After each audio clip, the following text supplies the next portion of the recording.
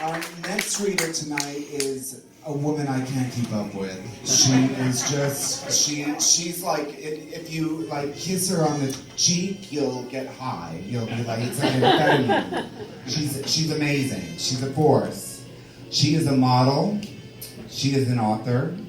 She is an actress. Filmmaker. She is a filmmaker. She is egoless. Ladies and gentlemen, Wendy Stuart Kaplan.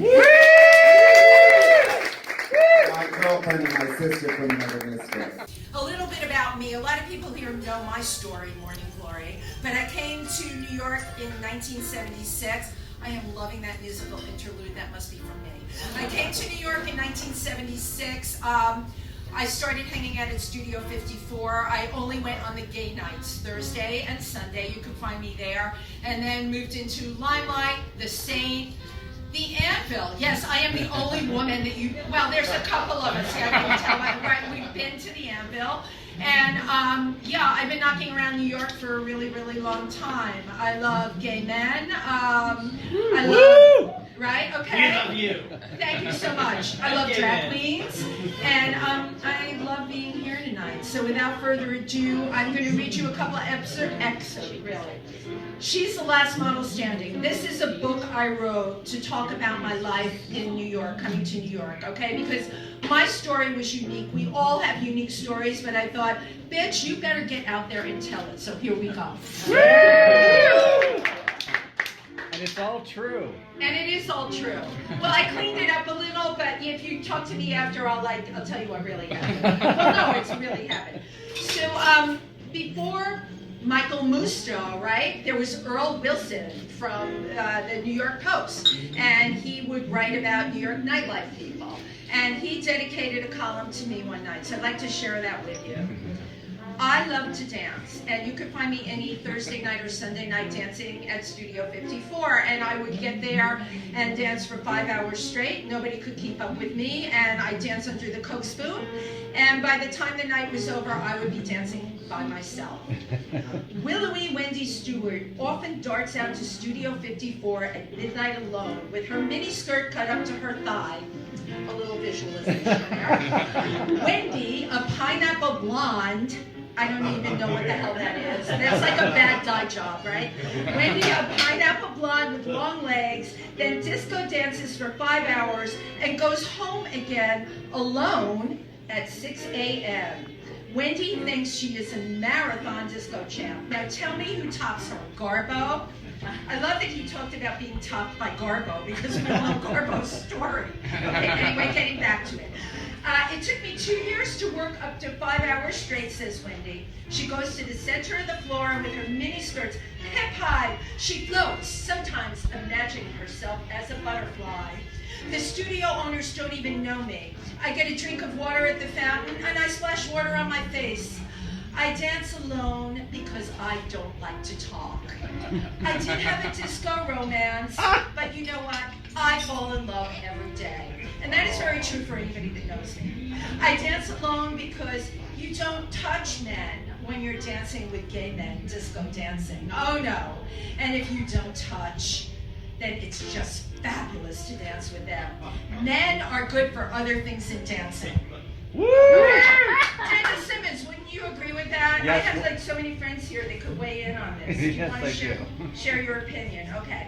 So going on with Studio 54, you know, when you come to New York and you're in your 20s, you're naive, you know, you're not quite ready for this city. So one night, I noticed an adorable guy dancing near me who looked like a cross between Brad Pitt when he played a hustler in Thelma and Louise and Neil Patrick Harris.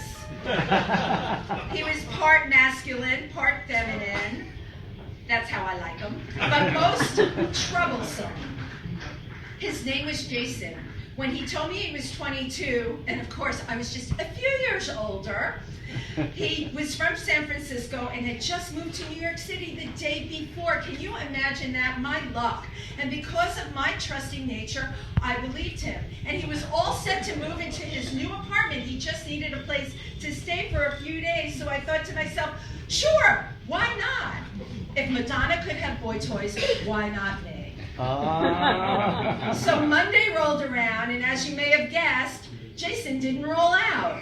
Then 2 weeks went by, then 3, and then the apartment what he was waiting for me in seemed to be ready, or his imaginary roommates might move in with him.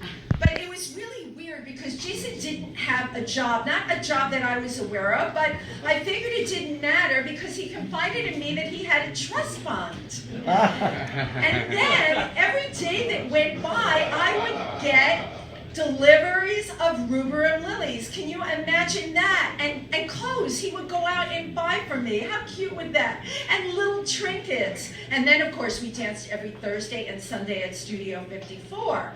And then we moved on to Limelight, right? You all remember that? That had once been a church, right? Mm-hmm. But it got really, really, really great with Jason. All of a sudden, somebody called me, a queen that I knew that worked at callback answering service, which we called call boy in the day, right? Does everyone remember answering services, right? There used to be a person that answered the phone. He had been taking Jason's messages, and he said there were a lot of messages left by a lot of men who knew Jason. Can you imagine that? And he was working at a bar called Rounds. I had no idea because I was in my disco days, and I really refused to believe any of it. Despite the fact that Rounds at the time was a notorious hustler bar on the Upper East Side. So who in my group here has been to Rounds? Daniel, were you ever in Rounds? No, but I've been to the Wrinkle Room. Okay, right. Marty's been to Rounds or the Townhouse, right? Right, those are the old New York hustler bars. I mean, the Townhouse is still around. I know a lot of people that go there. I haven't been. Okay, I digress. Okay, let me get back to the story. Who made money at Rounds? I made more money. Good for you, Eileen. I believe that you do. No, I totally believe that. I'm surprised I didn't know you in those days. I'm sure we crossed paths. Right, we probably crossed paths. Okay. One day my phone rang and I answered it, and there was a menacing voice and asked if Jason was there. Who is this? I asked. And the person said, "Are you the girlfriend? You tell that boyfriend of yours to give me back my wallet, or I'll call the police and send him over to your house." Oh my God, this queen had my address. I was totally shaken, and when Jason came back that night, I confronted him. Of course, as hustlers do, he denied the whole thing.